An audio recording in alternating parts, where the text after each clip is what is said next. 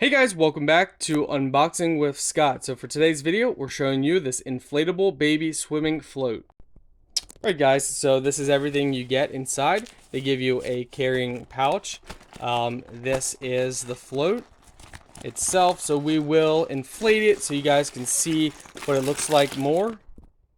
They provide you with the protection canopy. They also give you the pump for filling this up with air.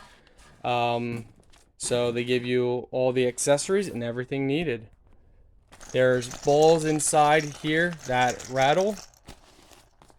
Protective straps as well.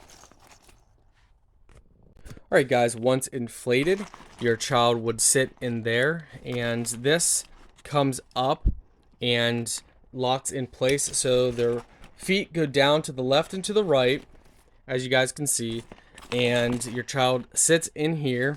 You would loop this up around, and then this would be your bracket. Now this is a quick release, so you would obviously this is something that you're going to be with your child. You're not going to just sit them on here and then let them go float all around. You're going to be with your child, obviously. So you would press for quick release. You press the button, and when you do that, that allows you to quickly pull this out.